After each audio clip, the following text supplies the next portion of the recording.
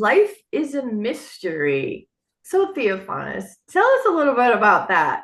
What comes up for you when you see life is a mystery? It's from the first, and I think basic reason is why am I here? Oh, What am I doing here? yes, that's kind of a human reaction, isn't it? And it's what is my purpose? I always had the feeling from a little child that I remember it clearly in early high school that my job here is to improve myself, Okay. Yeah. to learn, to do things, to improve in sense, I don't know, improve, whatever, not for I some like it. specific job, but just, as a person, learn more. Yeah. Yeah. I had Some, this thing about learning a lot. And right? Some people become eternal students. Did you do that? Did you keep up with like no, lots of education, or did you find your I place in education and then kept learning from that place? no learning from just learning about myself primarily, but learning, I need to learn for through life about myself. Ah, And it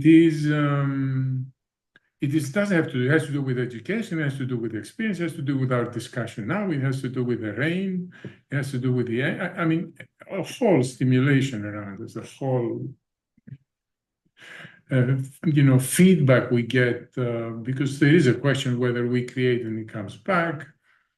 Anyway, this perspective I had, I remember saying it to one student of mine, one friend student of mine. I said, "Oh, well, I'm trying to have my both hands of equal ability." He said, because, left and right are different. yep. He said, well, it's just because, to develop means they both become equally good. I said, this is ridiculous. What you're telling me is ridiculous. But I had that kind of thing of development.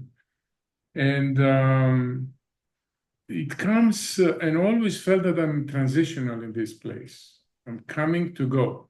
And that's why it's important maybe to learn or understand myself. Right? Yeah.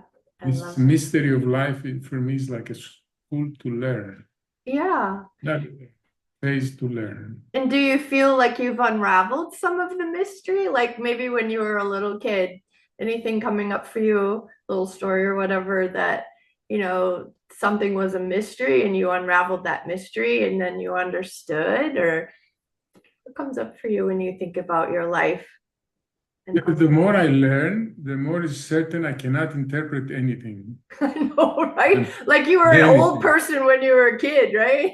You got that figured out. The more I learn, the less I know. Yeah, when I was a kid, I had opinions. And when I was younger, I mean, in my 20s and 30s, I had clear opinions. I used to believe that there's no life after death, which my father Ah, also believed.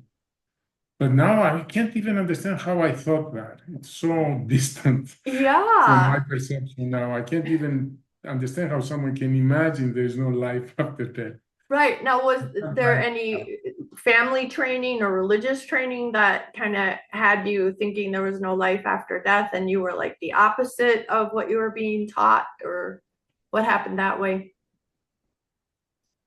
Were I you don't brought know, up in the because that was my, church or? I was always a rational person. I used logic a lot. Yeah, And that's why I wasn't much into believing religion as it's, described. right? And my father was of that opinion. It made sense. I mean, if there was something after death, we'd see it. It would appear. It would somehow nobody ever sees it. So okay, it's like a car. It breaks down, finished.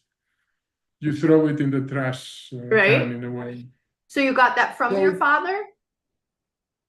I'm not gonna attribute that. He did other things that I shouldn't have done, but I don't think that's it. I Yeah, think it yeah. was a whole culture of logic of the culture in Greece. I think, and it didn't make sense. This paradise and hell scenario doesn't make a lot of Okay, so sense. it was It in your doesn't seem to culture me. to be taught that, and yet you were like, I yeah, think I so. don't think so.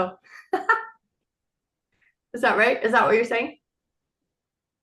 Yeah, I think yes, it was kind of the environment of the school of the and it made sense at my level then at my experiences.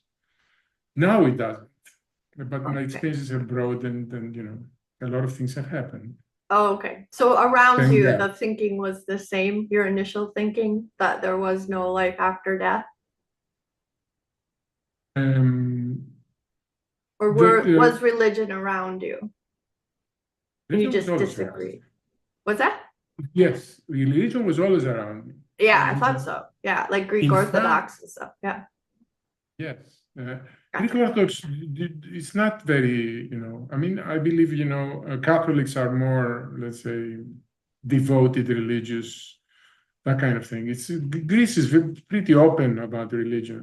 It Gotcha. just has a lot of a strong cultural aspect to it. I mean, it identifies us culturally, not as much religiously. I Ah, mean, the okay. fact that the Greek nation has survived all these years, especially after the Ottoman occupation, but that's the difficult part, 400 years, it was due to religion, right? That was kept its identity. Yeah. But the funny thing is, you say it, is in my younger years, I said, if Christ said all these things, and these things are all right, why don't we keep them? Why don't we do the thing he says? And this was and I tried to do the things he said because as a child, I believed. I mean, they told me that was it, and I was fighting with them with the rest, even with the holidays. Why don't we keep the rules in the holidays, etc. Then I evolved to there's nothing, and no life after death, and of course no Right? religion. And then I moved to there's definitely something after death. And the more this thing developed, the more I started realizing I cannot interpret in terms of afterlife anything around, anything that can give you a clue of what follows.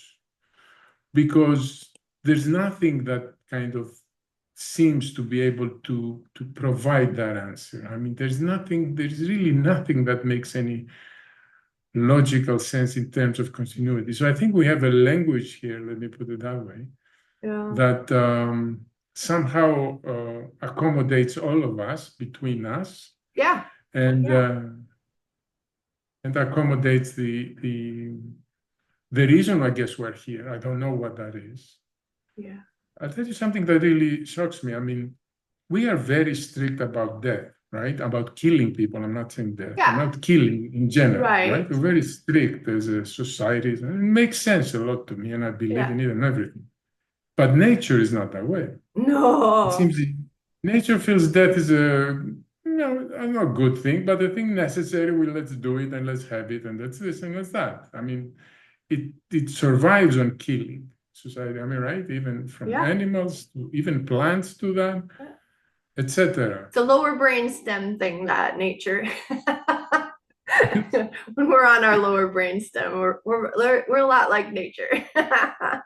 Yeah, Right. everything just is. It's not good, it's not bad, it just is. And that's what I call, walking at the level of your fully embodied soul, not in duality of this is good and this is bad. It just is. And then you don't get into those stories and the emotions. And I'm not saying you be emotionless. It's like it's not good, it's not bad, it just is. So make a decision. What's your next decision? People worry about making decisions because they don't know if they'll make a right decision or a wrong decision. And it's like, why don't you just look at it as damned if you do, damned if you don't, just make a decision. And that's when you start to really get more in touch with your intuition and trusting your intuition. So I love this. Life is a mystery. I agree. Thank you, Theofanis.